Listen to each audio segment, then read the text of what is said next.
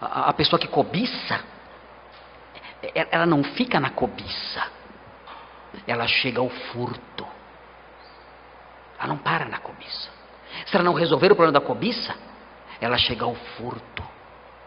A pessoa que tem pensamentos impuros, ela não fica nos pensamentos impuros. Um dia ou outro, cedo ou tarde, o seu pecado virá para o mundo real, para o mundo dos fatos. Não vai ficar só na cabeça. Ele vai fazer alguma coisa.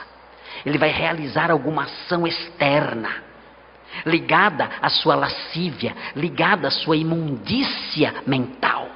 Ele vai fazer isso. A pessoa que tem rancor, tem mágoa no coração, o seu pecado não vai ficar só nisso. O seu pecado vai crescer. Ele vai vir para o mundo real, o mundo dos fatos. E ele vai se transformar em palavras, em gestos, em ações, em atitudes.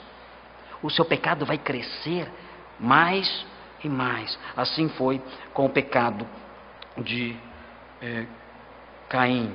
Quando nós olhamos o livro de Gálatas, existe uma figura aqui que eu não sei, às vezes a impressão que eu tenho é que o apóstolo Paulo exagerou.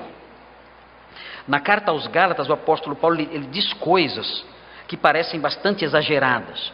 Talvez porque ele estivesse bastante irritado, ou triste, ou preocupado com a situação dos galateus. Mas vejam o que ele diz em Gálatas 5,15. Parece que as igrejas da Galácia eram igrejas que, entre outros problemas, estavam enfrentando crises na área de relacionamento. É por isso que quando nós olhamos os frutos do Espírito, que são mencionados em Gálatas 5, nós percebemos que grande parte das virtudes mencionadas ali, e grande parte também das obras da carne mencionadas ali também no capítulo 5, grande parte são relacionadas à questão de envolvimento um com o outro, de trato um com o outro. Parece que as igrejas da Galácia tinham problemas de relacionamento. Nós podemos julgar isso normal. Nós podemos achar que passar por um irmão e desprezá-lo, por nutrir rancor contra ele, seja algo normal. Nós podemos achar que o desprezo, o rancor, a mágoa, o ódio contra alguém, seja algo normal, faz parte da nossa vida. Mas o apóstolo Paulo, quando ele escreve aos Galateus, e parece que as igrejas da Galácia, eram 3 ou 4 igrejas na Galácia, parece que elas enfrentavam problemas desse tipo, ele diz, cuidado com isso. Ele diz no capítulo 5, veja o que ele diz no capítulo 5, versículo 15 ele fala. Ele fala no versículo 14. Porque toda a lei se cumpre em um só preceito, a saber, amarás o teu próximo como a ti mesmo, ele diz. Esse é o resumo de toda a lei. Aí na sequência ele diz, se vós porém, veja o problema deles, se vós porém vos mordeis e devorais. O que estava acontecendo naquela igreja, ou naquelas igrejas? O texto diz que eles estavam brigando.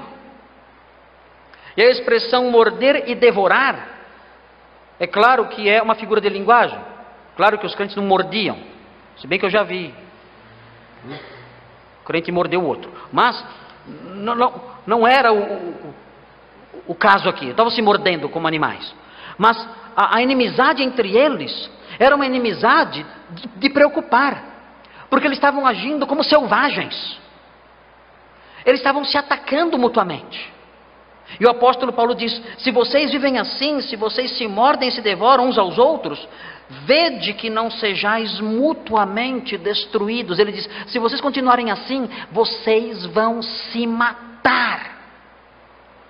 Se vocês continuarem assim, isso vai se agravar a tal ponto que a igreja de vocês será destruída, totalmente destruída pelas brigas de vocês. Porque o pecado de vocês não vai ficar nisso. Os rancores e intrigas de vocês não vão ficar nisso. Isso vai aumentar.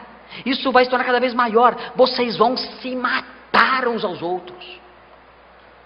E é possível alguém chegar a isso. É possível uma igreja chegar a isso. Por quê? Mais uma vez, porque o pecado se avulta no mal.